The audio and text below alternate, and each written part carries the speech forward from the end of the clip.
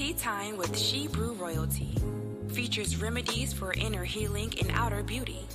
Real-time conversations with sisters in the Hebrew Israelite community, focused on healing our spirit, mind, and body, which will contribute to the healing of our nation as a whole. Sip a cup of tea, wear your favorite turban, tee, or tunic, and enjoy Tea Time with Shebrews Royalty.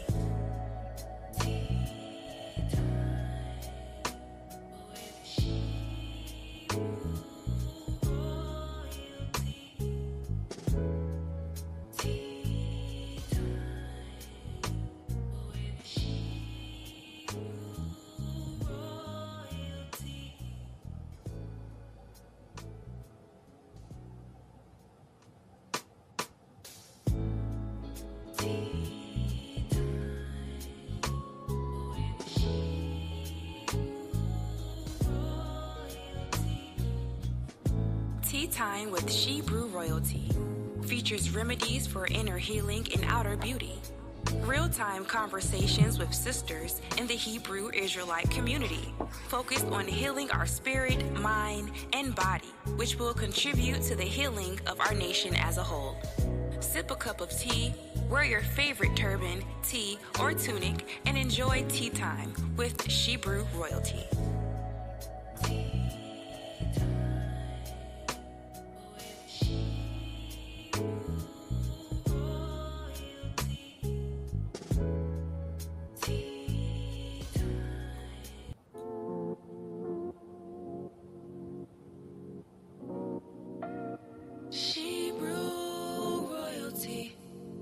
She's got the fruits of the spirit, love, joy, and peace. She's got long suffering, gentleness, and goodness, temperance, faith, and meekness too. Shebrews royalty. She's got the fruits of the spirit.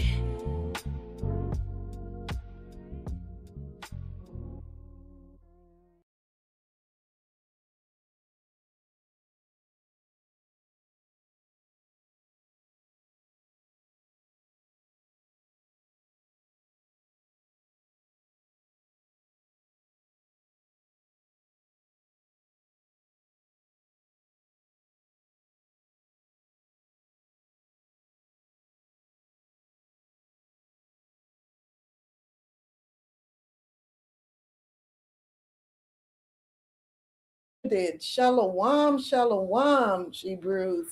Come on in. Come on in. My mic was muted there, so I apologize. Shalawam, sis. Shalawam. It's so good to see you. Welcome. You are here on time as usual. As usual, please do me a favor when you come in. Please hit that like button, share, subscribe, hit that notification bell. The water, sis, the water. All praises to the Most High. The water. The water. Oh my goodness, it's so good to be here. It is so good to be here. Let me put a little reminder here on the screen for everyone to hit that notification bell, that like button, share, subscribe, all of that good stuff. Let's see. There we go. There it is right there. Come on in. So if you haven't already done so, please hit that like button, share, subscribe, call some folks up and let them know that we are live. Let us get this royalty party started. But before we go any further, let's do what we do every Sunday. Every Sunday, one of the first things that we've got to do, if not the first thing, after I welcome you all, is to, give a huge shout out to the Almighty, AHAYAH, ASHAR, AHAYAH. I am that I am, the God of the Hebrews and the Shebrews, because He is why we are here today, having this moment together. So let us give a huge shout out to AHAYAH, ASHAR, AHAYAH, in the name of His Son, YASHAYA, Mashiach, whom the world calls Jesus Christ, and the Holy Spirit, Rawach, Qadash. So let's just give them a huge shout out, a praise, a thank you, a tawada for bringing us back another Sunday. Here we are. I'm your hostess, Kwala Yakaka, and I humbly thank you for joining me on this broadcast today. The water. Yes. So here we are. How was your week? Welcome back. Like I said, it's a new week, a new day. It's so good to be back. How was your week? Talk to me. How was your week? Was it productive? Of course, it was blessed. We are here and we are just coming out of the Shabbat. So, man, it's always so good to see you all, those that I do see at the Shabbat service, but those that I don't get to see, it's good to see you here. Okay, so my Shabbat was very, very good. Blessed, of course, and I pray that yours was as well. So before moving forward, let's get these disclaimers out of the way. We've got some things to unpack this evening, and I am really looking forward to the show this evening. It's going to be quite informative. So before moving forward in this discussion, let's make these disclaimers, get them out of the way. Let me start by saying that tea time with Shebrews royalty is not going to be everybody's cup of tea, and we get that, we understand, we don't expect it to be. However, if you come upon this channel and you realize that we're just not your thing, your cup of tea, that's okay. I encourage you to keep searching YouTube. And if you do, I'm sure that you will find your perfect cup of tea and your perfect flavor. You owe that to yourself. What I ask is that you not leave any derogatory comments, any statements in the comment box, because that would be distasteful, right? So we really would appreciate that, and we thank you in advance. Sister Habkarat said, I definitely am grateful. Mine was long. Okay, you had a long week. Oh, wow. Okay. I guess you were glad when it finally came to the end, right? Unless it was long in a good way, but usually the short weeks are the good ones. They seem to go by so fast, and the ones that have some challenges, those are the ones that seem to just drag on and on and on. But guess what? It's done. It's over with. We are now into a new week, and I pray that this is a better week. Also, although I am a licensed physician assistant and certified functional nutrition informed professional, and I will be touching on topics of health and wellness on my broadcast, we will not be utilizing this platform to diagnose or treat anyone's illnesses.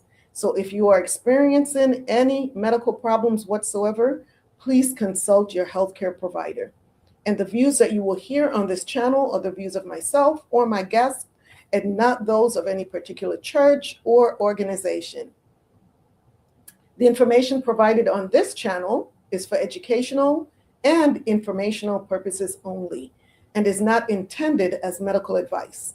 The content shared here, including videos, guides, and resources, reflects general wellness knowledge and personal experiences, and should not be used as a substitute for professional medical diagnosis, treatment, or advice. Always seek the guidance of your physician or other qualified healthcare provider with any questions you may have regarding a medical condition, diet, or wellness program. Never disregard professional medical advice or delay in seeking it because of something you have seen or heard on this channel. Some videos and materials may feature foods, herbal teas, nutritional supplements, and skin or hair care products offered through Shebrews Royalty LLC. These products are not evaluated by the FDA and are not intended to diagnose, treat, cure, or prevent any disease. Results may vary, and individuals with allergies, underlying health conditions, or who are pregnant or nursing should consult a qualified health professional before using any product or adopting any wellness recommendation shared on this platform or the Shebrews Royalty LLC website. By watching this channel, you acknowledge and agree that you do so at your own risk. The creators, guests, and affiliates of this channel are not liable for any injury, loss, or damage allegedly arising from any information, suggestions, or practices shared here. So that being said, let's talk about our featured product. Every week we feature a product from our Shebrews Royalty Temple Treasures or Hebrew Royalty product lines. We have so many incredible organic products. These are handcrafted products, and sometimes it's just really difficult to choose. So we're just going through our inventory, and every week what we will do is feature a product.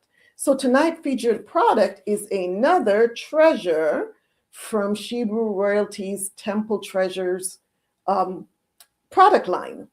So let's talk a little bit about Temple Treasures if you're not already familiar with the product line. I am going to pull that up right here on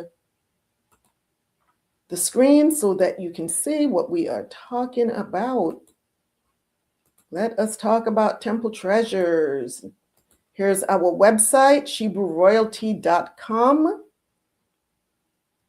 And give me just a moment here. Let me get that right here on my screen. Let's go to Temple Treasures right over here. Temple Treasures. And it says here, your skin is your temple. So remember that, sisters. This is what we live in. Honor and treasure it with the luxury it deserves. Temple Treasures is a handcrafted, all-natural skincare line inspired by ancient traditional beauty practices and designed for the modern queen. Infused with powerful botanicals, rare essential oils, and nutrient-rich ingredients. Our products nourish, restore, and elevate your glow. From the radiant facial scrubs to indulgent bath soaks, each formula is a sacred self-care experience because the beauty isn't just skin deep. It is a reflection of the divine within. Experience Temple Treasures where skincare meets ancient tradition. Begin your skincare journey to outer radiance and beauty now. So let's go to shop here, and we're going to just jump right over to our featured product of the night. Our featured product of the night. Let's go here. And here it is. It is the melanated sugar and spice body scrub. And I am telling you something. Who has had the opportunity to experience the melanated sugar and spice body scrub? Has anyone tried this yet? Has anyone tried this scrub yet? If you haven't, you need to. You really need to try this product, right? So indulge your skin in a sacred exfoliation practice with melanated sugar and spice body scrub, a rich, all-organic blend created to honor and nourish melanated skin, infused with warm spices and deeply moisturizing oils. This luxurious scrub gently buffs away dry, dull skin while restoring softness, glow, and radiance. Crafted with intention, this scrub transforms your bath or shower into a spa-like experience, awakening the senses while supporting healthy, vibrant skin during every season, but especially in the winter months when our skin just seems to get so dry and cracked and flaky. This is the perfect time to try the melanated sugar and spice body scrub. So I did my scrub yesterday. First I used the dry brushing, buffed off all of those dead cells, the dead skin, and apply this on damp skin. Oh my goodness gracious. When I got out of that shower, I am telling you, the glow was amazing. The glow was amazing. So let's talk about, why is this glow so amazing? What makes this product so good? I'm going to close this out right here, and let me just talk to you about this product. So the key benefits of this melanated sugar and spice body scrub is, firstly, it gently exfoliates to remove the dead skin cells and reveal smoother, brighter skin. It deeply moisturizes and helps to seal in hydration. It supports an even, healthy glow for melanated skin, stimulates circulation with warming cinnamon for renewed vitality, and it leaves the skin soft, supple, and lightly scented with a cozy, invigorating aroma. It is delicious. I mean, just the name alone, right? Sister Habkarat says, I have the Melanin Majesty facial scrub and I love it. All praises, sis. It's the sister. It's the sister to the body scrub. It is the sister to the body scrub. The water for mentioning that. Yes, you did purchase that. Oh my goodness. I'm telling you, this right here, this sugar and spice body scrub, this is a game changer for skin. I am telling you. So let's talk about the all organic ingredients that are in this scrub. First off, there's brown sugar, which it's a natural exfoliant that gently polishes the skin. Then there's olive oil, which is rich in antioxidants to nourish and hydrate. There's ground cinnamon, which is a warming spice that boosts circulation and skin vitality. There's vanilla extract, which is soothing and calming for the skin and also for the senses. And let's talk about the cinnamon essential oil, which adds warmth, aroma, and invigorating benefits. And lastly, the clove essential oil, which is a warming, antioxidant-rich oil that stimulates circulation, supports skin vitality, and adds a comforting, spicy aroma to promote renewed, radiant skin. I am so serious. This body scrub is amazing. So how do you use this?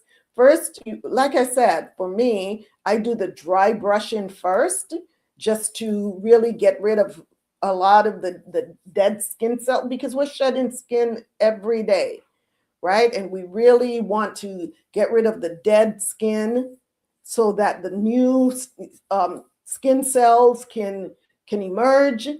And so I do the dry brushing first, then I apply a small amount to damp skin and gently massage in circular motions, especially focusing on any dry or rough areas. For some people, it's the elbows, the knees. These areas tend to be more rough and dry. So if you happen to have, issues with really dry skin around the elbows and the knees, pay special attention to those areas when you're using the scrub. And then you rinse thoroughly with warm water and pat dry the skin. Just pat it. Don't rub, because you want the oils to still, soak in. You don't want to rub the oils off. And for best results, follow with your favorite Shebrews Royalty body butter. And I'm telling you, your glow is going to be elevated for real. And that helps to seal in the moisture. Use 2 to 3 times a week for silky, smooth, glowing skin. That's the secret. That's the secret, sisters. So, once again, melanated sugar and spice body scrub at ShebrewRoyalty.com. $25 for a 16 ounce. And this lasts quite a while because you don't need a whole lot to do the exfoliation. You really don't. And like I said, you won't regret it. Your skin is going to love you for it. Right? So sisters, let's talk tea. Let's talk tea. Who's ready to talk about tea? What is your cup of tea tonight? You know I'm going to ask that question. I do every Sunday because tea time with Shebrew royalty, we sip tea. We sip tea, we have conversation. So talk to me. What is your cup of tea tonight? Sister Habkarat, are you having tea or are you having kefir? What are you having? Sister Chin is here. Shalom, BrewTeaFul little sis. Grateful to have you here. Shalawam, shalawam. So we are talking tea. We're talking tea. What is your cup of tea tonight? I want to know. I'm just getting really nosy. I'm going to be all in your business because I want to know what tea you are sipping on tonight. Sister Habkarat says, I'm just having a little water tonight. That's fine. That's awesome. Yeah, got to stay hydrated, sis. And water is, hey, that's the best thing, right? So my cup of tea tonight, sisters, is Herbacil Arnica tea. Herbacil. I've been sipping on this actually for the last hour or so. So it's no longer hot tea. It's now room temperature tea. But I've been sipping on it just because Arnica is my go-to tea whenever I'm having any flare-ups, headaches, or anything like that. This is my go-to tea for inflammation, right? So today I've had a, little headache and some little bit of pain in the upper back and neck area. And so this is my go-to tea. And then my Temple Treasures Royal Muscle Recovery Oil. Those are my go-tos whenever I'm dealing with any flare-ups. So I'm sipping my tea and then I have my rub and I chill. I'm good to go. So this tea is actually pretty good. It really is tasty. It's a mild tea. But when it comes to anti-inflammatory teas, this is definitely my go-to. You are just so delicious. You're so funny. That's so cute. All your teas sound so amazing. This one says, this one is actually not my tea. This is by a company called Herbacil. This is Herbacil Arnica tea. So this is not one of Shebrew Royal teas. So I can't take credit for the Arnica tea. I can't take credit for this one, but what I can take credit for is the fact that I'm sharing it with you so that if you ever need something for inflammation, make this Arnica tea your go-to. So let's watch this video. It is how Arnica herbal tea can help improve your health. And this is by 10 Benefits. That's the name of the YouTube channel, 10 Benefits, and fair use for educational purposes only. Let's watch this video and learn how Arnica herbal tea can help improve our health.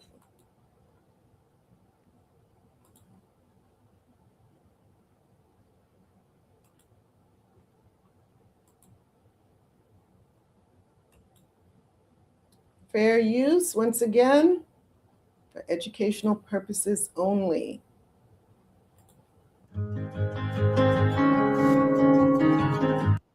Nature has always given us a wealth of therapeutic plants and herbs that have many positive health effects. One of these is Herbacil Arnica tea, which is made from the Arnica montana herb and is known for having the ability to improve general health. In this video, we explore the remarkable health advantages that Herbicil Arnica tea offers. Before you watch the video, please like and subscribe for more health video. Reduces inflammation. Arnica has long been used to treat bodily inflammation. Herbal Arnica tea has anti-inflammatory characteristics that can help ease the pain brought on by ailments like arthritis, joint pain, and sore muscles. Eases pain. Herbicil Arnica tea is well known for its capacity to offer all-natural pain treatment due to its analgesic characteristics. This tea can help relieve body aches, headaches, and migraines, while also minimizing the need for over-the-counter medicines. Promotes digestive health. Drinking Herbicil Arnica tea helps to keep the digestive tract in good shape. It can ease typical digestive problems including bloating, gas, and stomach cramps, while enhancing gut health in general. Supports respiratory health. Herbal Arnica tea has expectorant characteristics that can help treat respiratory illnesses like coughs, colds, and bronchitis as well as congestion.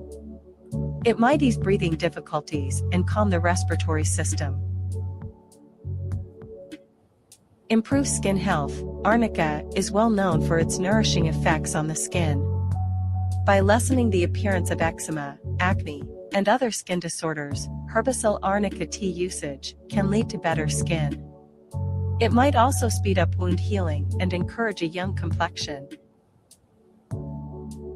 Immune system booster. Herbicil Arnica tea contains natural substances that have immune system boosting properties. This tea can help the body fight off common infections and illnesses by boosting the immune system when consumed regularly. Improves circulation. Herbicil Arnica tea may help the blood circulate more effectively. By encouraging healthy blood flow, it may help lower the risk of cardiovascular issues like high blood pressure and cholesterol levels.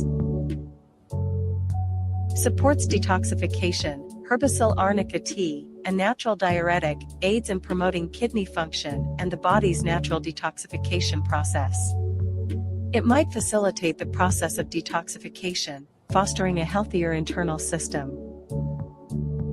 Relieves anxiety and stress. Herbicil Arnica tea's calming effects can aid in mind clearing and the relief of anxiety and stress symptoms.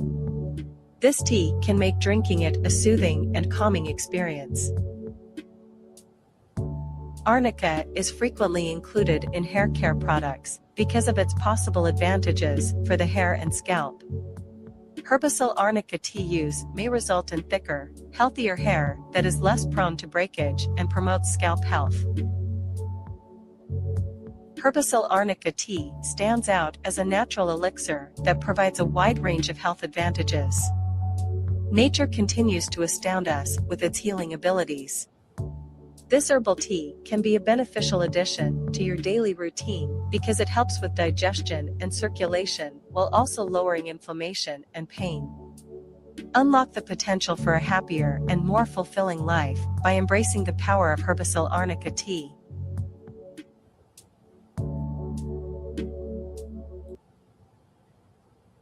Isn't this tea just remarkable? Isn't it just something? I had no idea that Arnica tea was also good for hair. I had no idea, and skin. I had been drinking it throughout the years for, like I said, for inflammation, and that was it. Had no idea that it also helped with gut health. So to learn all of this is even more reason now why I am definitely going to be incorporating this. I'm not just going to drink it just because I'm having pain or a flare up. I need to drink this more often, right? And figure out a way to get it into a blend. That is going to be that's going to be my next thing, is to create a blend that includes Arnica, because this is definitely a super herb. Wouldn't you agree? This is a super herb. So remember, sisters, before consuming any herbal teas or supplements, Please be sure to check with your healthcare provider or pharmacist to avoid potential interactions with medications or any health conditions that you may have, or if you are pregnant or nursing. Don't forget to do that. Once again, like, share, subscribe, hit that notification bell if you haven't already done so. And don't forget to follow us on Instagram. We are on Instagram at Shebrew Royalty LLC. Don't forget the LLC. At Shebrew Royalty LLC on Instagram. So, sisters, shalom again, my BrewTeaFul sisters. It's showtime. So, without further ado, pour your tea if you haven't already done so. Settle in and journey with me. For those that are joining us for the first time or for the 100th time, welcome back to Tea Time with Shebrew Royalty, where ancient wisdom meets modern wellness, and where we honor the healers, past, present, and future. I'm your hostess, YASHAYA, functional nutrition informed professional, retired physician assistant, and your wellness sister on this journey of inner healing and outer vitality. Let us jump in. So on the last Sunday of the month, of every month, here on Tea Time with Shebrew Royalty, we honor a medical superhero, a Black pioneer whose brilliance, courage, and innovation helped shape the fields of medicine and holistic wellness as we know them today. This series is designed to restore what history attempted to erase: the truth that African Americans have been architects of healing, not just recipients of care. By remembering their contributions, we reclaim legacy, we reclaim dignity, and we pass forward the wisdom of those who paved the way for our wellness today. Tonight happens to be that night, the last Sunday of December. So we are honoring a Black superhero tonight. This is our third Black superhero, medical superhero that we are honoring. So tonight's episode is especially close to my heart. We are honoring the life and legacy of the first Black or African American physician assistant, Prentiss Lee Harrison, whose courage helped open doors that many of us now walk through with purpose. A pioneer whose work helped shape modern medicine. But before we delve into Mr. Harrison's history and legacy, let's talk about the physician assistant profession. Let's start there, because when we talked about, firstly, it was the paramedics, and then our second superhero was the doctor. So most people know about paramedics and doctors, right? But there's a lot of confusion many times around, well, what really is a PA? What really is a physician assistant, right? So as many of you know, I am a retired physician assistant with 26 years of active practice as a PA. I still maintain an active license in California. And here's a fun fact. December 31st will mark 29 years of actually being a PA.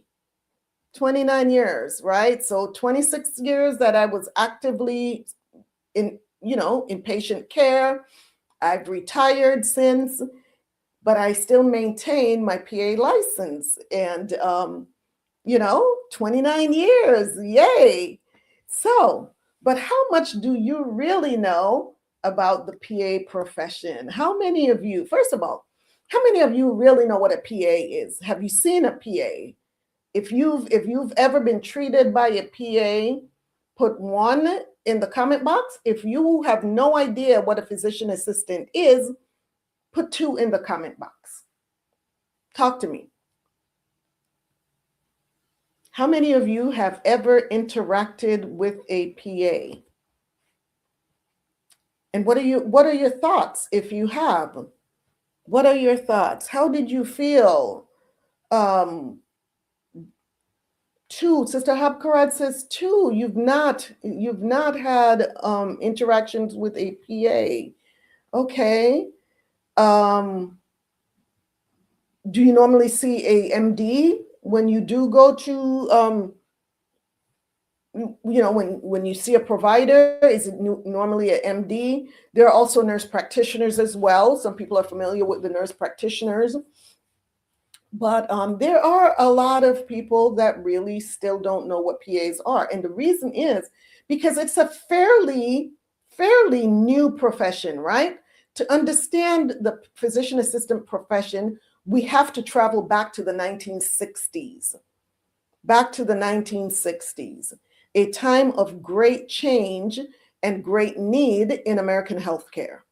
So following World War II and the Korean and Vietnam Wars, the US faced a critical shortage of primary care physicians, especially in rural and underserved communities. At the same time, thousands of highly skilled military medics and corpsmen were returning home. These men had extensive hands-on medical experience, but no clear civilian pathway to continue practicing medicine. The reason is they weren't as skilled as the MDs, but yet their experience far outweighed what an RN, what a nurse did. They did not fall into either category. And back then, prior to then, you were either a doctor or a nurse. There was really no in between.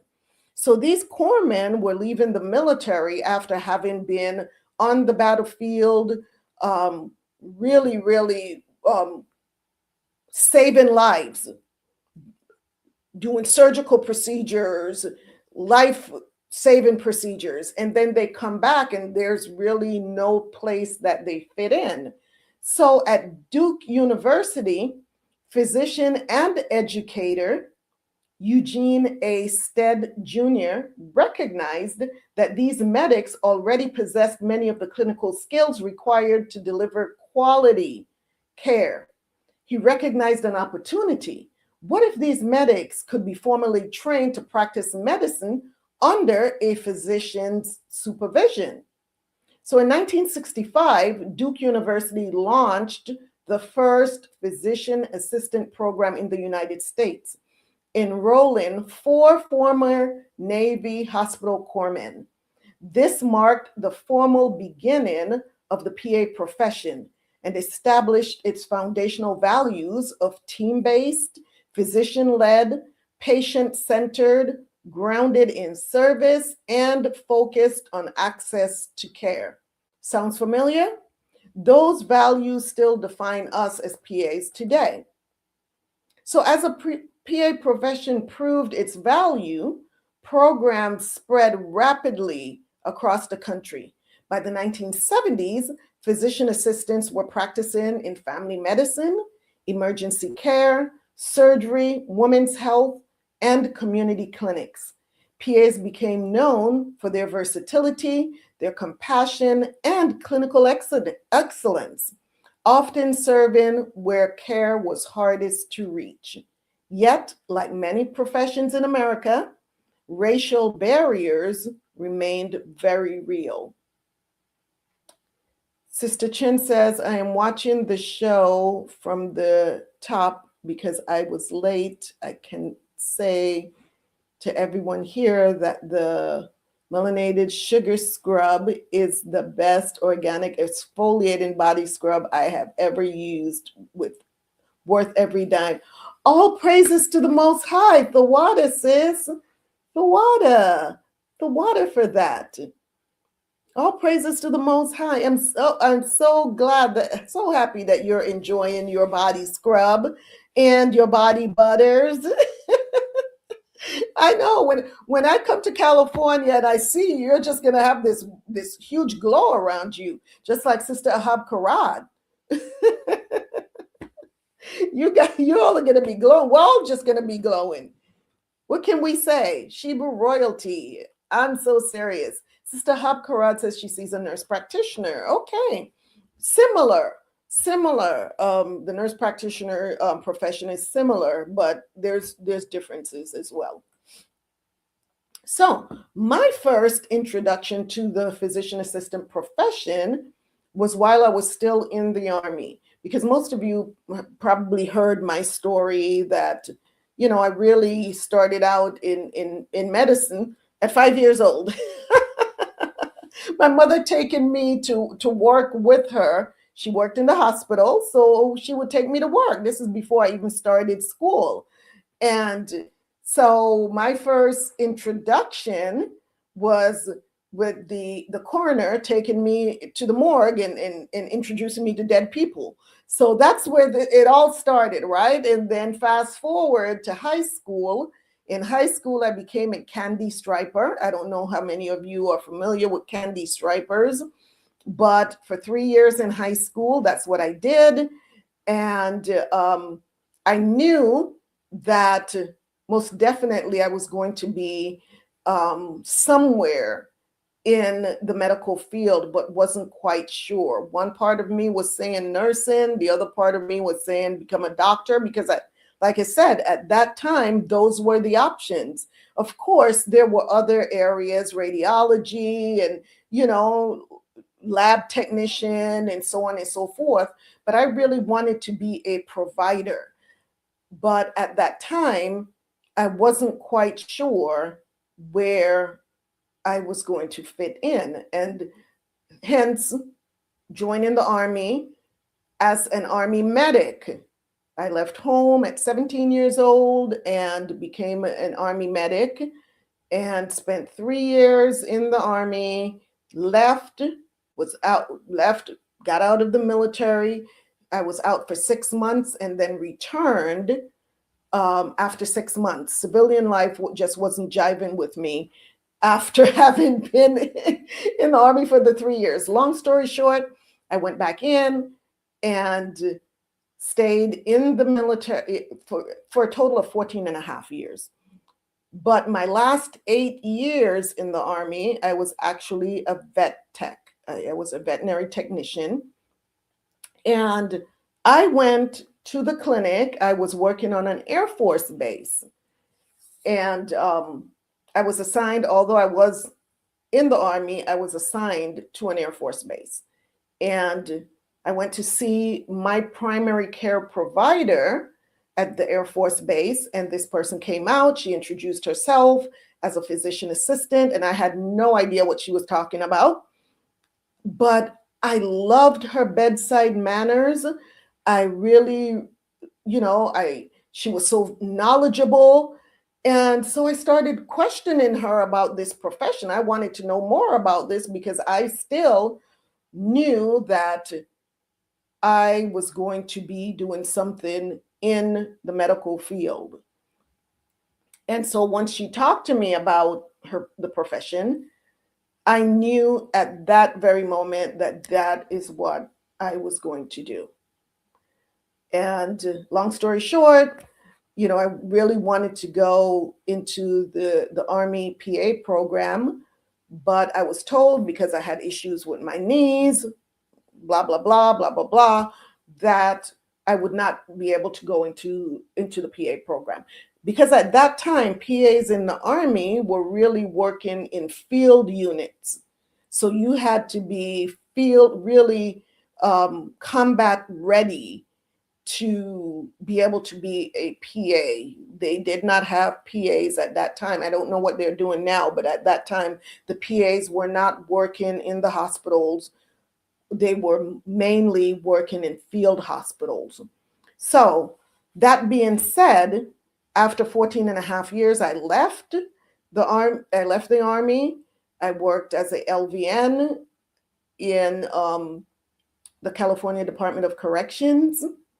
And during that time, that is when I decided to pursue becoming a PA. And so, like I said, my first introduction to the PA profession was while I was still in the military. So having done that, After 5 years, being an LVN, within 5 years, I had completed my training as a PA and at Stanford University in California. And 1997, I graduated from the Stanford University's PA program and jumped right in to, with both feet, being a PA.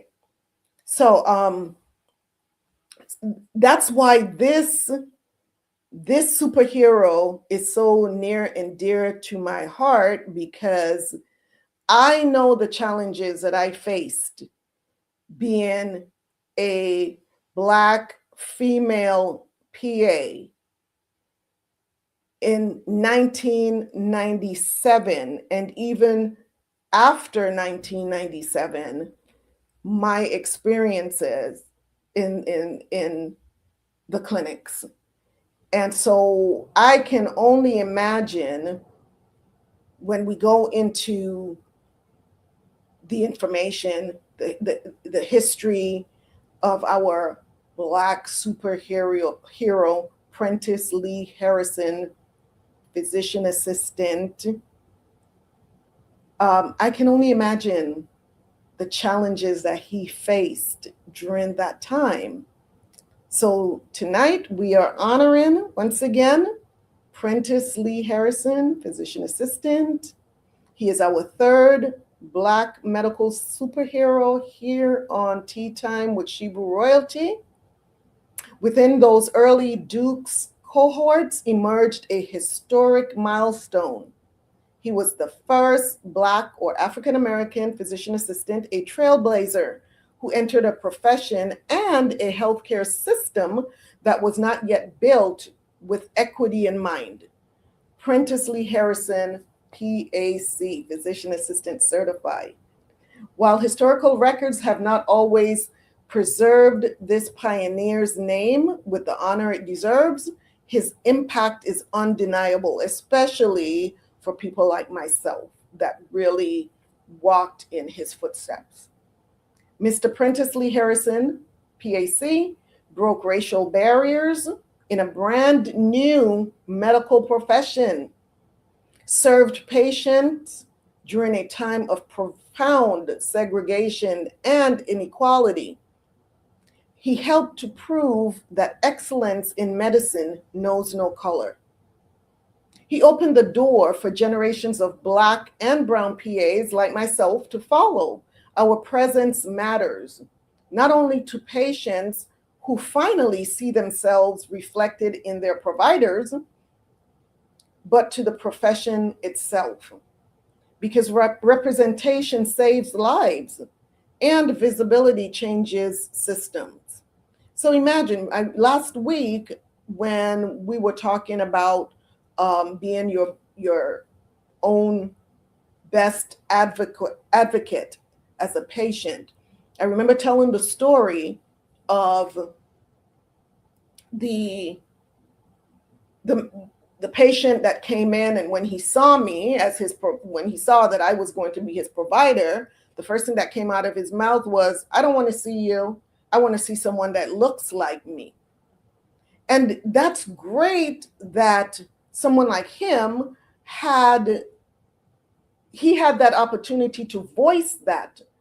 But how long did it take for us to be able to see someone, to see a provider that looked like us? How many of us could really walk into, especially during this time that we're talking about, back in the 1960s and even in the 1970s, where we could just walk in and say, "Hey, I don't want to see this provider. I want to see someone that looks like me." How many of us had that option? And so this PA profession really bridged that gap, I do believe. Although even during my time at Stanford, there weren't many of us. I'm looking back now at my class, and I was actually the only Black female in my class. Actually, no, I take that back. There were two of us. There was myself and one of she actually went through the program. She was from Puerto Rico, and so there were two of us, and one African American male. Yes, that was it. But the Stanford program was really pushing out PAs to go. Their main purpose was to get PAs into the underserved communities to help bridge that gap once again. So, like I said, I graduated from my PA program 29 years after PA Harrison, our superhero, graduated from his PA program. So I can only imagine what the racial climate was like for him during that time, because I know what I went through my entire career. It was really a battle. One day, I am actually going to have a show, and I am going to sit down and I am going to talk about my experience, my personal experience as a medical provider, as a PA, and probably even before being a PA, even as a LVN, being in the medical profession, as a Black medical provider. And I'm really going to have a sit down and talk about, have a very honest and open conversation about my experience, because there were some days where I just really wanted to throw in the towel. And if I did not truly believe in my heart that this is what I was meant to do, I would have done that. I would have thrown in the towel a lot sooner. So once again, I say all this to say that I really tip my hat to Mr. Harrison, and we're going to go into his bio right now so that you all can really hear, just get a little bit of information about his background and what he went through as being the very first Black physician assistant in the United States in a brand new profession. And so I'm going to bring up his bio here, and you can follow along with me.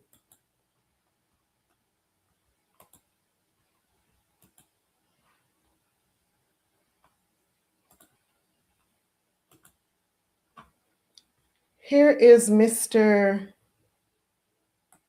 Prentiss Lee Harrison, our superhero for tonight. And this is through PA History. Is it pahistory.org? PAHX.org.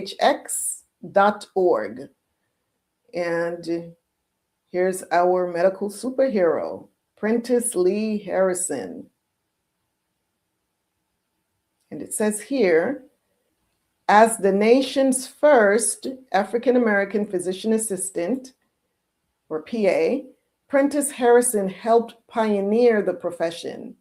As a student and graduate of the Duke University PA program, he helped, educate African-American physicians about the PA concept. He did this by attending and exhibiting at their local and National Medical Society meetings. He recalled that in the early days, that many African-American physicians who visited the AAPA, American Academy of Physician Assistant, exhibit during their conferences had a multitude of thoughts about the PA concept. Probably 40% were for the concept, while the other 60% felt that medical school needed to educate more African American doctors instead of PAs.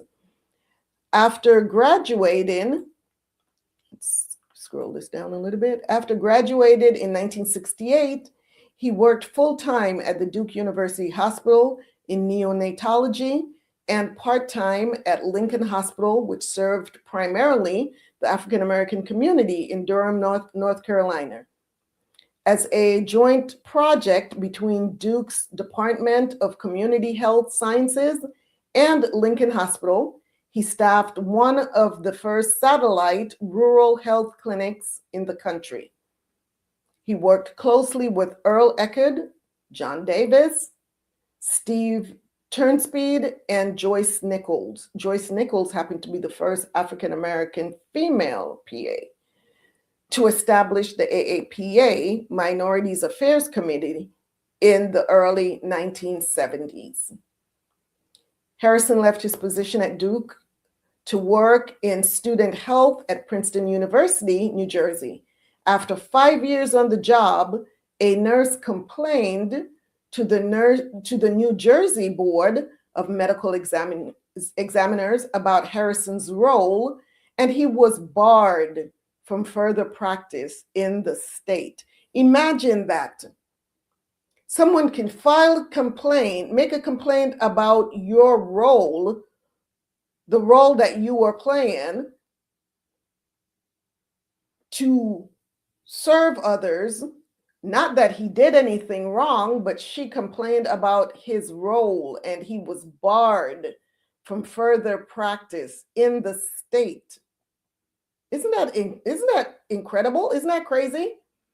His supervising physician and the university were prepared to take his case to court to defend his rights to practice as a PA, even though New Jersey had no legislation recognizing PAs at the time. However, Harrison decided not to participate in the legal fray, but to seek employment in another state more receptive to the use of PAs.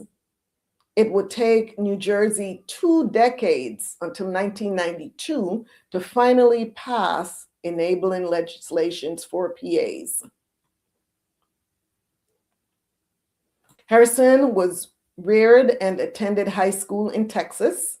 He completed high school in 1961 and enlisted in the Army, where he was trained as a medical corpsman. He spent most of his enlistment with the 82nd Airborne at Fort Bragg, North Carolina. After service, he trained and worked as an operating room technician at the University of North Carolina Memorial Hospital, Chapel Hill, North Carolina.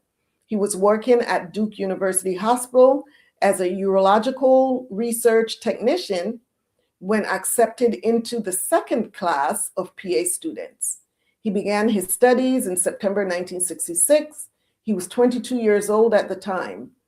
As the program's first African-American student, he was determined to succeed and had several prominent African-American physicians in Durham supporting his efforts.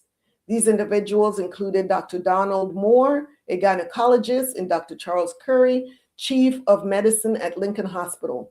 He also befriended Dr. William D. Meriwether, who was the first African-American medical student to attend Duke. After being barred from practicing as a PA at Princeton University, Harrison moved in to Houston, Texas, and was encouraged to do so by Carl Fasser, a fellow Duke PA graduate. Dr. Henry McIntosh, a former cardiologist at Duke University, had hired Fasser to establish a PA program at Baylor College of Medicine, BCM. Harrison accepted a junior faculty position within the general medicine section of the Ben Taub General Hospital, an affiliated teaching site of BCM. After a number of years caring for patients with general medical problems, he focused his efforts on caring for the needs of those with HIV infection. These experiences would eventually lead to his interest in pain management. Even while busy with patient care and research, he always found the time to precept students enrolled in various Texas PA programs and to talk to them about healthcare issues in clinical practice.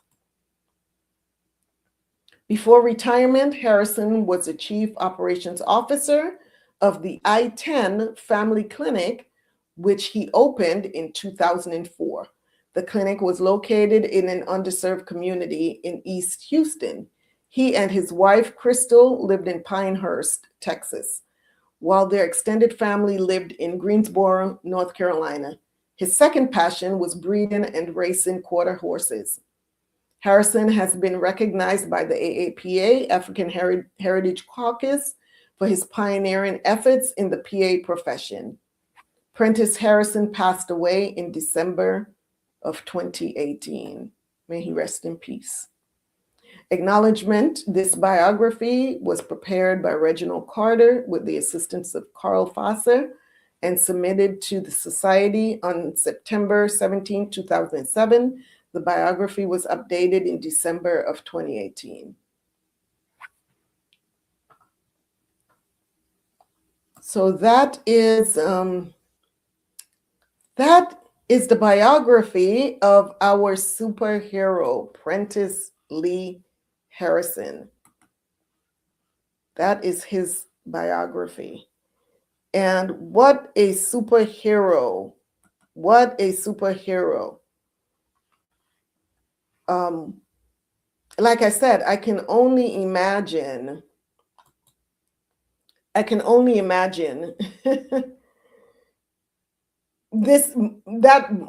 bio, I know, was quite watered down, right?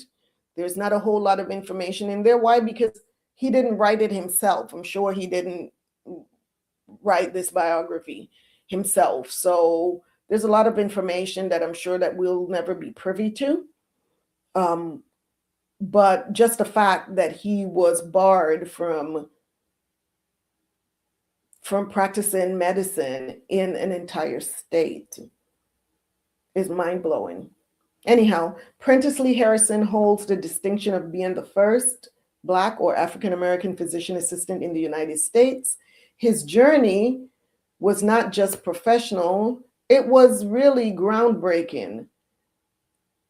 And once again, just to recap what we just went over, Harrison served as a U.S. it says here Navy, but it was actually Army hospital corpsman during the Vietnam War. He gained extensive frontline medical experience under intense, high-stakes conditions. Like many Black servicemen of his era, he returned home to a country still deeply segregated, with limited professional opportunities despite his expertise. When he entered the Duke PA program, he did so as, number one of the earliest PAs in history. He was enrolled in just the second physician assistant class in history. He was the only Black man in the program, and he was definitely a trailblazer, navigating both a new profession and racial barriers. So after graduating, Prentiss Lee Harrison went on to build a career defined by service, excellence, and advocacy. His professional contributions: he practiced medicine during the formative years of the PA profession, helping define the role itself, served patients with compassion at a time when many Black communities had little access to quality care. He became a mentor and a role model for aspiring PAs, especially students of color. He advocated for diversity and recognition within the PA profession. Harrison did more than practice medicine. He proved that Black clinicians belonged at the forefront of modern healthcare. Prentiss Lee Harrison's legacy is not just historical, it is living. Because of pioneers like him, thousands of Black and brown PAs now practice across every specialty. I know even myself, I have practiced in so many different specialties. And like we said, he was definitely the trailblazer for us. Patients experience culturally competent, community-centered care because of his contribution. The PA profession reflects the diversity of the people it serves because he was willing to be the first PA for Black patients to look up to, and really to aspire, students to aspire to become as well. His life reminds us that access to care is justice, representation is healing, and service is sacred. I know I really, when I did the research on this, it really touched my heart because, like I said, my entire career, it was a bumpy road. It was really a bumpy road, because even we're talking 1997 is when I graduated, and I'm going to tell this one story because this is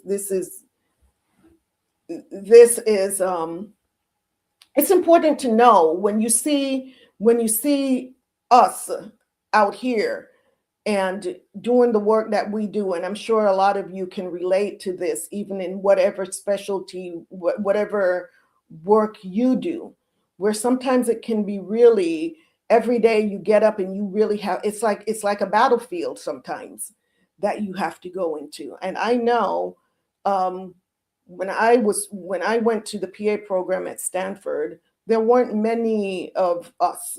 There weren't many Black PAs. And even now, there aren't many. But while I was in the program, I went to it was a homeless clinic, a clinic that served the underserved and the homeless in San Francisco. And this was a few months before my graduation. And I was precepting there. I had to go there to train under one of the PAs that worked there.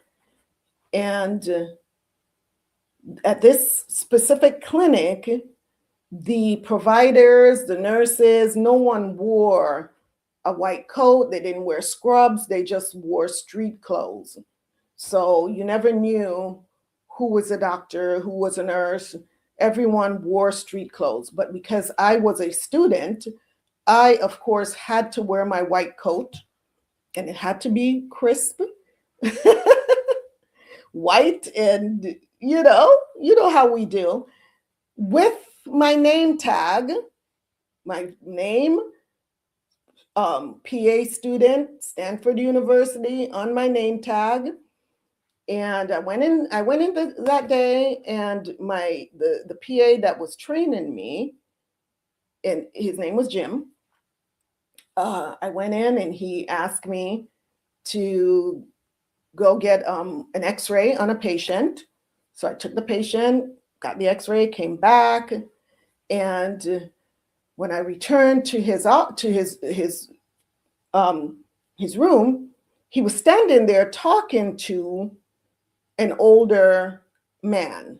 And this man was wearing jeans. He had a regular shirt on. He had a stethoscope around his neck. And Jim turned to me and says, "Oh, come on in, Annette." So I went in, and this older man, I had never met him before, but he looked me up and down, and he says, "Oh, well, who's Annette?" He said, "I've seen her, but I haven't been introduced." And Jim was white. This older man was also white.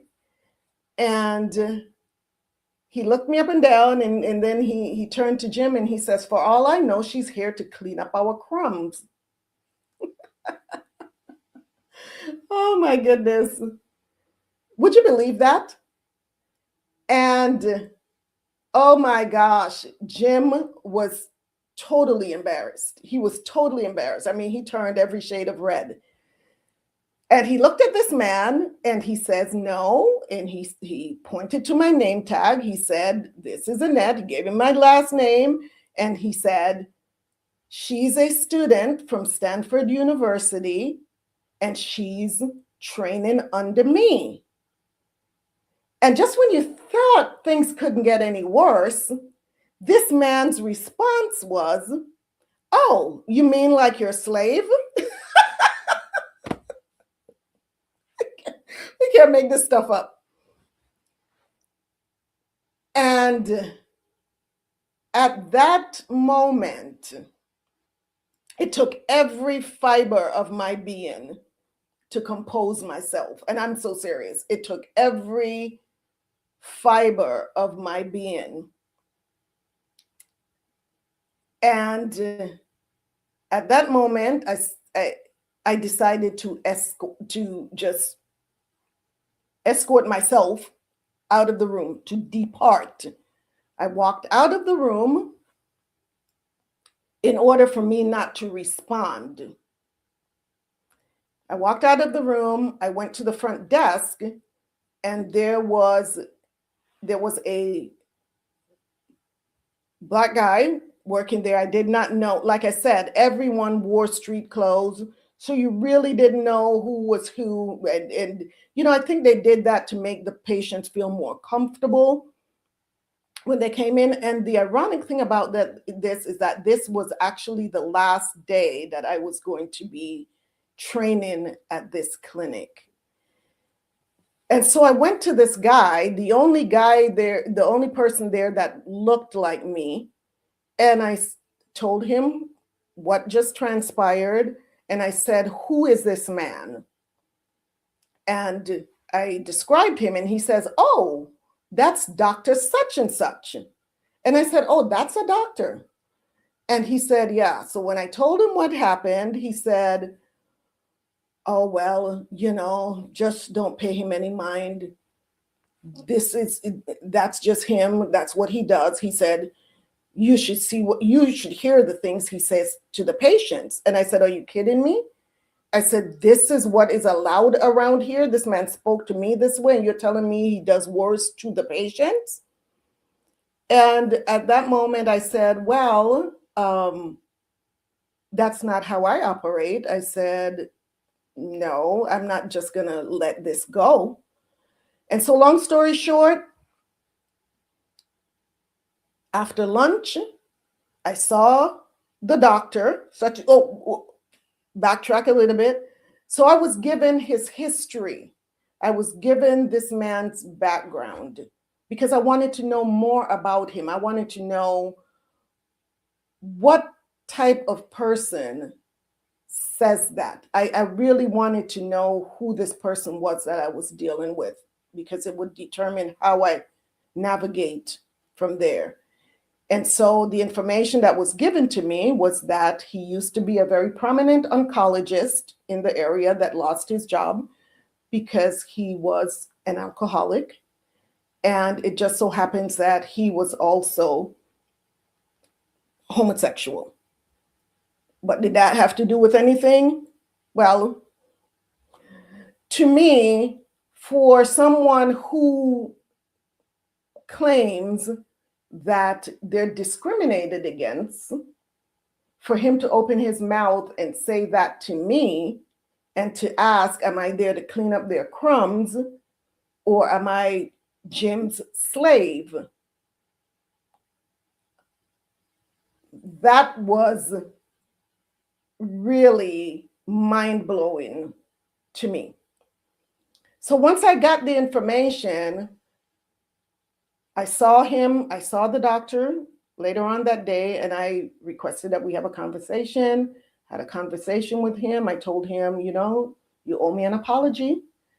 And he refused to apologize. He says he's the least prejudiced person that I would ever meet. He's not prejudiced. His eyes were closed the entire time he was talking to me. And I'm telling you this because, like I said, I can only imagine what Mr. Harrison went through back in 1968. Because we're talking about now 1979 is when I'm dealing with this situation. And so, long story short, I talked to this man. He refused to apologize. He said he was the least prejudiced person, blah, blah, blah. And I said, okay, well, that was your opportunity to apologize. You didn't. And I decided I was going to take it a step further. So when I left that day, I went back to my room. And back then, we didn't have computers. I had a word processor. So I typed up a letter. And the next day, with explaining everything that I had gone through that day, and I took it to the dean of my program.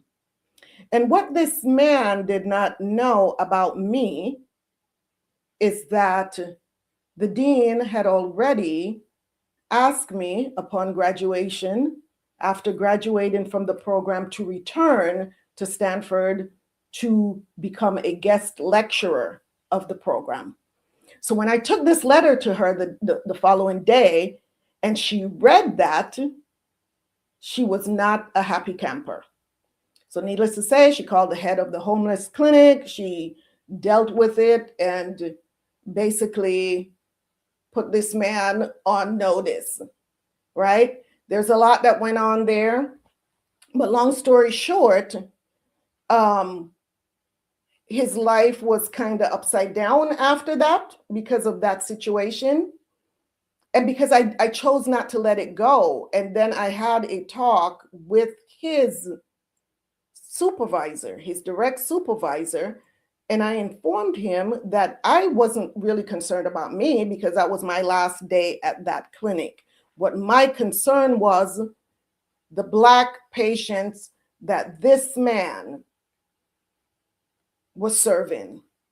And if he looked at me as his peer and could talk to me and ask my preceptor if I am there to clean up their crumbs or if I'm there in the capacity as his slave, what is he doing to those Black patients? And so I took that mindset with me after graduating from that program, knowing that I had to be an advocate for especially for all of my patients, but especially for my patients that looked like me. So I say all that to say that once again, I look back at Mr. Harrison's background and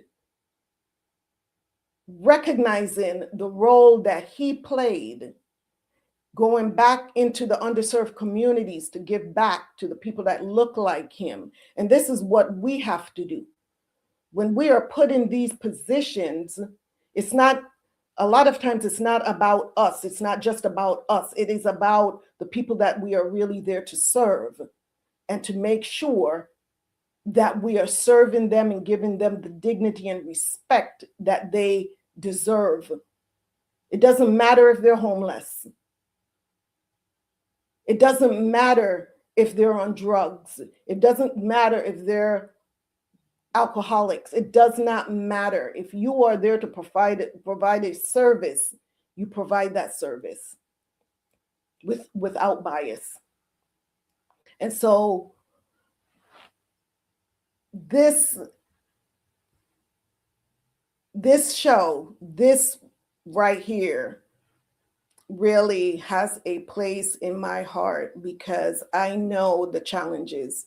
And I could go on and on and on about other experiences that I've had. And like I said, one day I will have a show just to sit down and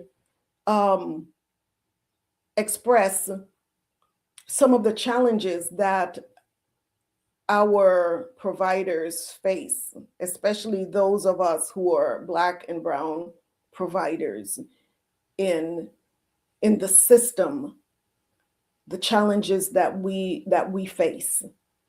And so although I have retired, there are still many of us that are out there that are navigating their way through this system. And so when you see them, when you see someone that looks like us out there, know that it's not easy for them most of the times. And let them know how much you appreciate them, how much you, because my patients never knew the challenges that I was facing with administration. It wasn't their responsibility to know that. But now that you are privy to this, be super kind to them. Be super kind to them, because I'm telling you, it is not easy. It is not easy out there for us in the medical professions and beyond, not just in the medical profession, wherever we're at. It's a battle. It's a constant battle, right?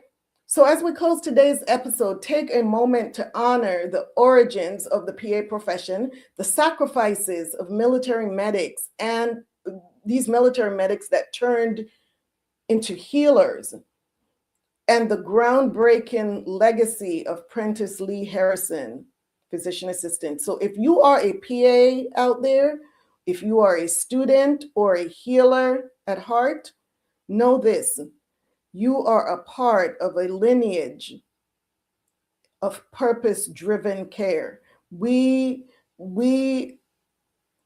have a purpose out here. We have purpose. And if you know that this is your path that God has you on, do it. And just treat others as you would want to be treated. That's it. That's it. That's what patients look for. The patients want to be treated. They want you to treat them the way that you would want to be treated. That's it. That is it. And if you are a patient, treat your provider the way that you would want to be treated if you were in their shoes. So if this episode educated or inspired you, please share it, especially with PA students, healthcare professionals, and sisters walking the path of healing. Stay connected. That being said, our next Black medical superhero will be honored right here on Tea Time with Shebrews Royalty on the last Sunday of January 2026. That will be January 25th is the last Sunday. Please mark your calendars so you don't miss it. Please be here to help me honor our fourth Black medical superhero.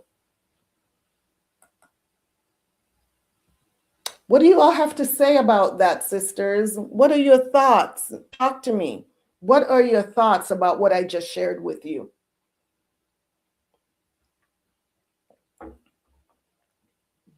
What are your thoughts? Y'all are so silent. Come on. Talk to me. Give me some feedback. Are you all stunned? Oh my goodness. Yeah, it was a very interesting story, was it? I really wasn't even planning on telling that story tonight, but it just came out. It just came out. And what did you all think? What do you all think about the whole thing? Last week we embarked on a 12-week journey. Who was here for last week's show? So this 12-week journey comes in the form of a series, right? And this series is entitled Informed Self-Advocacy: How Women Take Control of Their Health. So last week's show was Short Appointments, Big Impact: A Woman's Guide to Better Health Care. That was the first of the 12 episodes in the series. So what did you all think about the show? So informed self-advocacy, how women take control of their health, is a wellness education series designed to equip women, especially those 40 and older, with the tools to confidently navigate today's healthcare system, guided by decades of clinical experience and a holistic approach to healing. This series teaches women how to ask the right questions, understand their bodies, and actively participate in their care. Each episode offers practical tools, real-life guidance, and empowering insights to help women move from confusion and dismissal to clarity, confidence, and control, because informed women make logical, not emotional, health decisions. So next week's show is titled Medical Gaslighting, Recognizing It and Responding with Confidence. How to recognize if you're being medically gaslit. And this will be the second episode in the series. Medical Gaslighting, Recognizing It and Responding with Confidence. You will learn what is medical gaslighting, how to recognize it, why it happens, and how to respond to it. This is an episode that you don't want to miss. So sisters, y'all are super quiet out there. Come on, talk to me. Drop something in the comment box. Let me know you're still breathing out here. Let me know you're still here. Talk to me. Are you still sipping your tea? What's going on out there? What did you think about the episode? Sister Habkarad says, wow, OM goodness. Sister Habkarad says, yes, it was quite interesting. So this channel is not monetized, but if you find the information that is presented on this channel to be useful and valuable to you, please feel free to give a donation to the cause. Nothing is too small, nothing is too great. Shebrew Royalty LLC and Tea Time with Shebrew Royalty are labors of love. Sister Hopkarad says, I'm here, sis. What did you think? What did you think? And appreciation. What I present on this channel and create and offer on Shebrew Royalty LLC comes from a place of love, care, and appreciation for each and every one of you and myself, and most importantly, the Most High. We appreciate any gift that the Most High puts on your heart to donate. Donations may be sent to $Shebrew Royalty on Cash App. Please be sure to specify donation as the purpose for the transaction. Thank you, the water. Thank you so much in advance for your generosity. So the best way, though, to support us is by visiting ShebrewRoyalty.com and purchasing one of our all-organic skincare handcrafted products from either our Temple Treasures collection, which is made for the queens, or from our Hebrew Royalty collection, specifically crafted for our kings. And don't forget our Royal Teas collection. Don't forget those. If you haven't experienced our products, please check out on our reviews page on ShebrewRoyalty.com. Check out what our customers are saying. And for those of you that have experienced our products, if you haven't already done so, please write a review. Go to ShebrewRoyalty.com and click on the reviews link and drop us a review. We really, really appreciate that. So now let's talk about our upcoming Virtue Women's Conference and Tea Party. So Habkarad says, very deep. The path was not an easy one, but he stood strong. Khan says, absolutely. Yes, he just passed away in 2018. What an amazing man. What an amazing man. So let me give you a brief overview of what you can expect at the Virtual Women's Conference and Tea Party. Who is excited about that? It's not until June of next year, but I'm telling you, these months, these days, these weeks are passing so fast. And before you know it, June is going to be here. So that's why we're starting to plan in advance. So let's talk about, this will be our third Shebrews Royalty Tea Party, but it's the first time that it will be combined with a conference. So I'm super excited about this. I mean, this is really, really exciting. So when you go to ShebrewRoyalty.com, go to the tab that says Virtual Women's Conference and Tea Party. But let's talk about what you can expect. So the event is the Virtual Women's Conference and Tea Party. It is hosted by Shebrews Royalty LLC. The purpose is to inspire, uplift, and encourage women and girls with a special focus on those that are outside of our congregation. Attendees are women, mothers, girls, ages 5 and up. It's a 3-day event consisting of Friday morning all the way through Friday afternoon, workshops on women's health and wellness, finances, business etiquette, and home economics. Also, age-appropriate activities for the young girls and also for the teens. On Saturday afternoon and evening, we will be having a sip, paint, and pizza party at Painting with a Twist in Universal City, Texas, for women, daughters, and girls.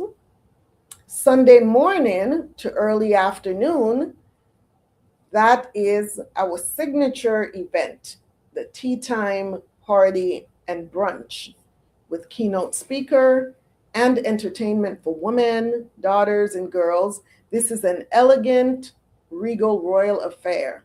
And while we're having tea at the golf course inside, there's tea time, TEE time, golf outing at the resort golf course for husbands, fathers, and sons who may want to accompany their wives or mothers to the tea party. So the date is June 5th through 7th, 2006. The location is Olympia Hills Golf Course and Event Center, 12900 Mount Olympus in Universal City, Texas, 78148.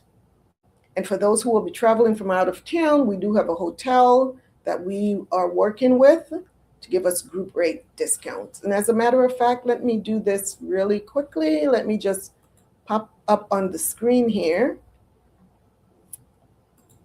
show you where to go to.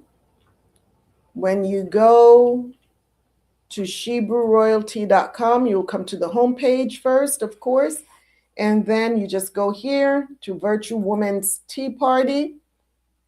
And the updates, as we have updates, it will be posted here on the website. So here we are, Virtual Women's Conference and Royal Tea Party.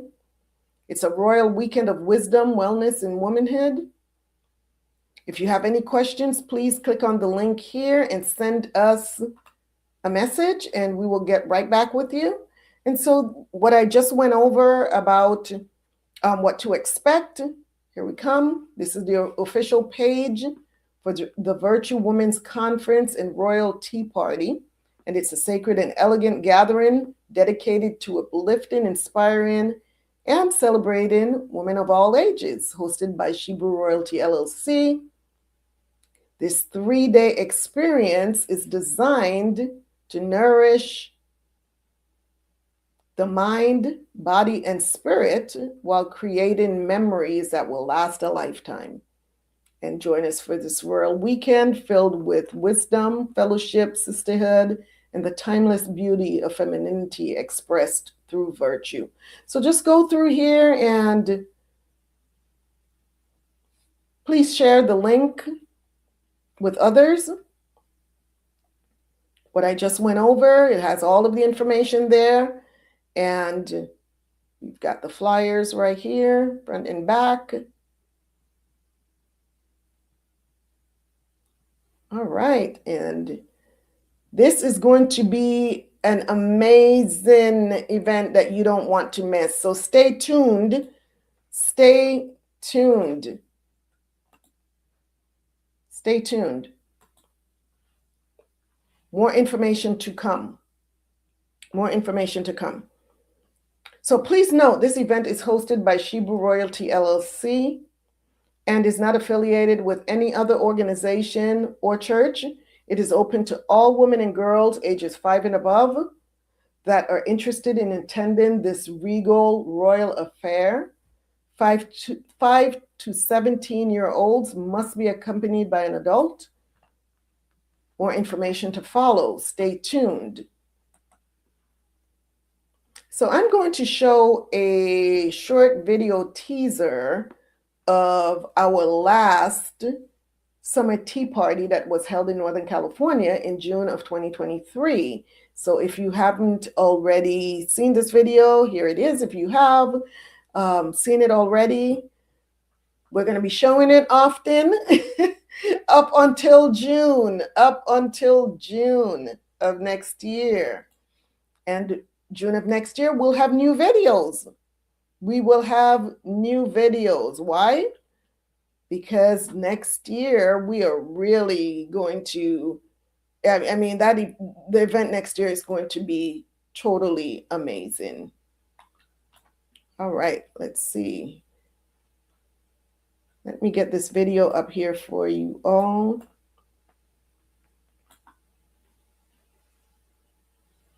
Where are my video clips? Here we go. All right. I am going to remove myself. Let's see.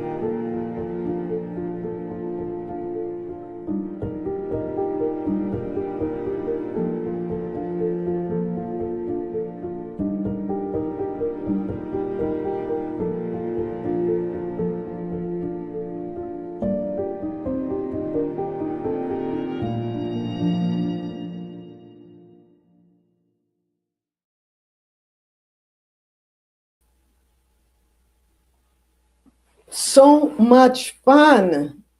It was just so much fun. Oh my goodness. So much fun. And we're going to have an even grander, if there's such a thing, grander time. Oh, Thawada, sis, it was just so much fun. It was just so much fun. And like I said, this time we're taking it to the next level. We're taking it to the next level. It's going to be super amazing. So that being said, more information to follow. I hope you all are ready. So get ready, because June will be here before you know it. I am so excited about this. I can hardly contain myself. I'm still putting a lot of updates on there, because we really need to reach sisters throughout the four corners of the earth. And by the way, I have flyers for those of you that want to help me to pass out flyers. I have printed flyers. When I see you, I'll give you some flyers so that you can invite those that are in your circle of influence, whether it be on the job, whether it be family members, no matter where. If you think that a young lady and even her daughter will benefit from this, which, we will all benefit from this event, please invite others. Sister Chin says, sis, I can't believe what you went through as a PA. I appreciate your services and those before you who look like me. Much honor and respect. All praises to the Most High, sis. All praises to the Most High. The Most High doesn't make mistakes. And so he put us in these places to be a light. And some people, the light is so bright that they can't handle it. They can't handle it. They don't want light. They want darkness. And if you show up with light, they're going to try and dim your light. We can't let them do that. We can't let them do that. When we know we were put in a place to serve a purpose, we've got to do it. And eventually the darkness will fade, because we are there to shed light in these dark places. And like I said, when I do decide to sit down and have that show and to really talk about some of the darkness that's out there, and knowing that it is our responsibility to shed light. That's what we're supposed to do. That's our responsibility, because the darkness out there, first of all, they cannot bring light. They don't have it in them. And if you know that you have light within you, you go out there and just let your light shine. I know I am late with my comments that Dr. messed with the wrong ones. Oh my goodness. Yeah, it was, I didn't go into all the details. We'll be here all day. But yeah, he did. He did. And like I said, that's not even a fraction of my experience. That's not even a fraction. I mean, and that was just in the beginning. I wasn't even practicing yet. I wasn't even practicing yet. I was still a student when that happened. So imagine that. Imagine what I stepped into, not realizing what I was really getting myself into. But like I said, the Most High doesn't make mistakes, and he knew what he put in me He knew what he put in me, and he put me in the places where I needed to be to make a difference. And those are the things that we're going to talk about. We're going to talk about those things. So let's continue to grow this channel, sisters, so that this information can reach Shebrews throughout the four corners of the earth, and even those that are not Shebrews but are willing to be a part of our community. We are to let our light shine. Every week I say this, we are to let our light shine so that others can be led to the source of the light. Others can be led to the source of the light. That's our purpose. So yeah, in order for this light to shine, we have to go into these dark places so that they can really see the light in us, and hopefully lead them to that source, because we are not the source. We're just a vessel that's being used. So thank you all so much for your continued love and support. I love you all so much. And I always appreciate you all taking the time out of your very busy schedules to have tea and conversation with me. I really am grateful and appreciative to every one of you for the time that you spend with me. Know that I'm praying for you. I'm praying for us. So until the Most High brings us back together, may you prosper and be in excellent health. And remember, true healing begins inwardly before it is expressed outwardly. I'm your hostess, Kwala Yakaka, a voice of reasoning and justice. Thank you for joining me for another healing moment on Tea Time with Shebrew Royalty. Until next time, stay rooted, stay radiant, and honor the legacy. And as always, this is Tea Time with Shebrew Royalty. Shalom and many blessings. Good night. Be blessed, sisters. Have an amazing week. Have a blessed week. And like I said, if it's the Most High's will, we will be back here next Sunday, same tea time, same tea channel. Have an amazing and blessed week. I love you all. Ahabatha. Shalom. Shalom.